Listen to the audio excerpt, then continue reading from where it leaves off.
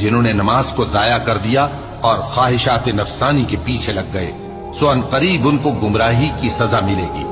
हाँ, जिसने तौबा की और ईमान लाया और अमल नेक किए तो ऐसे लोग बहिश्त में दाखिल होंगे और उनका जरा नुकसान न किया जाएगा, यानी हमेशा की बहिश्तों में, जिसका अल्लाह ने अपने बंदों से वादा किया है कि जो उनकी आंखों से पोशीदा है।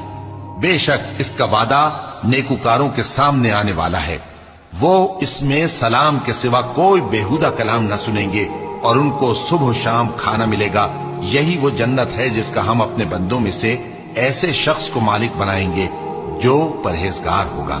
और फरिश्तों ने पैगंबर को जवाब दिया कि हम तुम्हारे परवरदिगार के हुक्म के सिवा उतर नहीं सकते। जो कुछ हमारे आगे है और जो पीछे है और जो इसके दरमियान है, सब उसी का है, और तुम्हारा परवरदिगार भूलने वाला नहीं, यानी आसमान और जमीन का और जो इन दोनों